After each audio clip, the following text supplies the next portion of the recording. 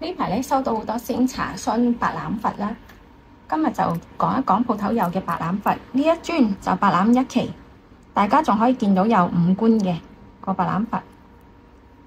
後面本身薩麥控比賽第2名嘅，但係就收翻嘅時候唔見咗張相，而家寫咗薩麥控卡嘅張相，當時都有影到相。另外呢一尊都係白欖一期。見到些少五官啦，手指啦，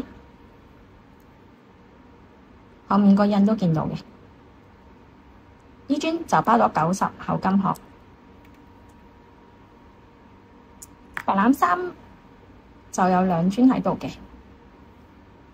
呢一尊個品相好靚啦，見到五官啦，手印2隻手印都見到，個印都可以清晰見到嘅，同埋成尊個牌身好厚，呢一尊個品相好靚。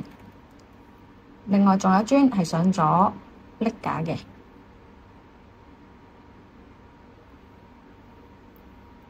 呢一尊咧前面就冇頭先個尊咁靚，但係後面個印咧就好深嘅。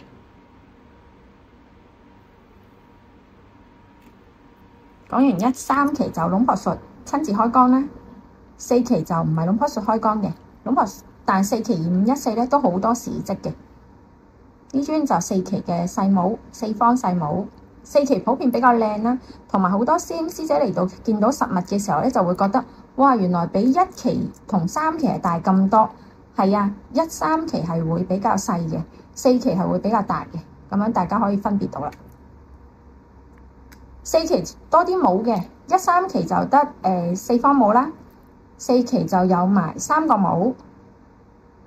同埋大家留意啦，白欖4都好容易崩嘅，如果你見到崩咗頂或者崩咗角嗰啲咧，個價錢又會平啲。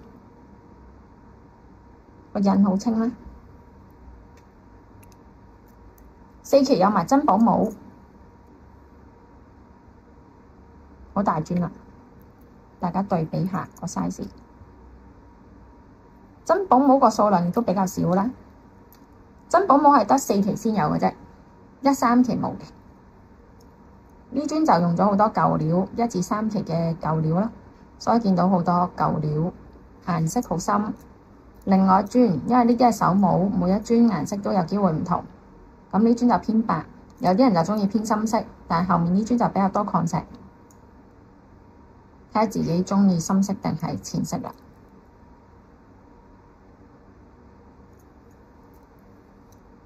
另外，如果有啲師兄師姐可能預算冇咁高嘅，可以請白欖5期啦，或者白欖6期。呢個貢金就好親民啦，呢啲係講緊3位數嘅啫。全部實物喺鋪頭，有興趣可以嚟睇。如果想選購佛牌，請瀏覽本人網頁，網址係 www.plugclubhk.com。請 Like、Share、Subscribe，下集再見。